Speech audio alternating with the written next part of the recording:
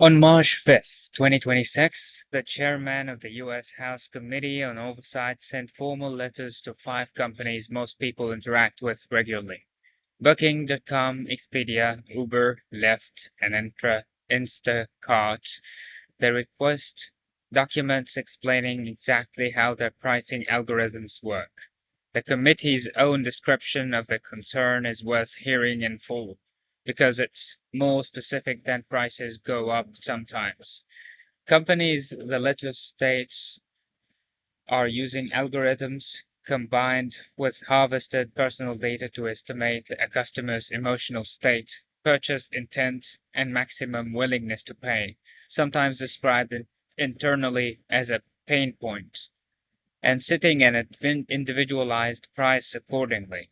Regulators are careful to distinguish two practices that get conflated in casual conversation: dynamic pricing responds to market conditions, inventory levels, overall demand, seasonality, the same price shown to every customer at a given moment, just one that changes over time. Surveillance pricing is different in kind. It responds to characteristics of the individual customer specifically: your browsing history, your device type, your location, inferred demographic data, meaning two people looking at the identical product at the identical moment could see genuinely different prices, based on what an algorithm has inferred about each of them personally. The House Oversight Committee's investigation, launched in March 2026, specifically requested documentation on revenue management algorithms and the underlying data inputs used to set prices. A direct follow-up to a Federal Trade Commission inquiry that began in 2024, the FTC's original 2024 study used administrative subpoenas to obtain information from 8 major dynamic pricing vendors, requesting details on how these companies obtain and use consumer data, the technical mechanics of their algorithms, and quantitative analysis of how those tools actually affect the prices consumers end up paying.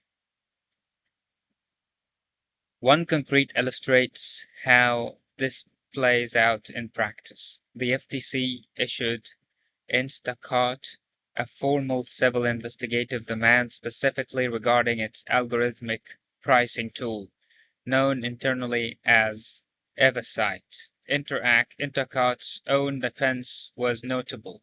The company maintained that its price experimentation tool was not based on individual consumers' personal data, didn't respond in real time to market conditions in the way dynamic pricing does, and that any price differences shown to different customers were short term, randomized A and B testing rather than personalized targeting, regardless of the technical merits of the defense.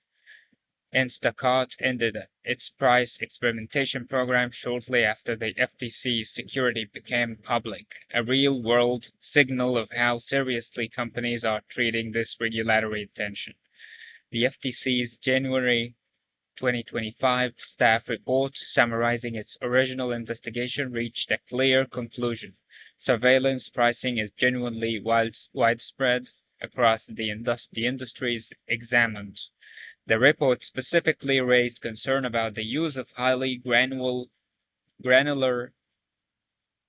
sensitive personal data points, including precise location and even mouse movement patterns, as inputs into pricing decisions, well beyond the kind of broad demographic categorization most consumers might assume is involved.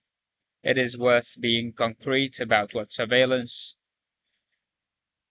pricing actually draws on technically, because the abstraction understates how granular it can get, beyond obvious inputs like browsing and purchase history. Investigators have identified device type, whether you're shopping from a premium smartphone model versus an older or budget device, has been used as a pricing signal in some documented cases, along with precise geolocation, time of day browsing patterns, and even cursor movement and hesitation patterns that can be interpreted as signals of purchase urgency or price sensitivity. The FTC's own language describes algorithms designed to detect a customer's pain point. Their maximum tolerable price makes explicit that the goal in the least some documented implementations isn't simply matching supply and demand, but extracting the maximum amount each individual customer is willing to pay, transaction by transaction. In the absence of clear, unified federal rules, the FTC, under its current leadership, has scaled back broad rulemaking in favor of narrower, targeted enforcement. State legislatures have moved aggressively into the gap. As of April 2026, more than 40 separate bills addressing surveillance pricing had been introduced across at least 24 states, with 2 laws already enacted. New York's law, effective July 2025, was first requiring disclosure whenever a price has been personalized using an algorithm. Maryland went further, moving toward an outright prohibition rather than more disclosure. California, Illinois, Vermont, and Connecticut all have bills pending as of this recording. The resulting landscape is a genuine regulatory patchwork. What a retailer must disclose or is permitted to do at all now depends significantly on which state the customer happens to be sitting in. Until federal rules or broader state coverage catch up, a few concrete habits meaningfully reduce exposure to personalized pricing. Checking prices in a private or incognito browser window or on a different device entirely removes much of the browsing history and device fingerprint signal these systems rely on. Clearing cookies before a significant purchase and comparing prices across multiple platforms rather than trusting a single app's displayed price as the market rate, both directly counters the specific mechanisms regulators have identified as most common. For most of retail history, a displayed price was, with rare expectations and exceptions, the same number everyone else saw. A shared, verifiable fact you could reasonably trust. What regulators are now formally investigating is whether that assumption has quietly stopped being true across a meaningful share of everyday digital commerce, replaced by a price calculated specifically, individually, for you.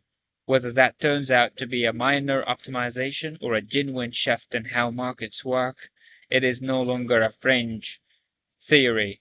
It is the explicit subject of an active congressional investigation. Thank you so much for your presence. I'm looking forward to see you in the next lecture.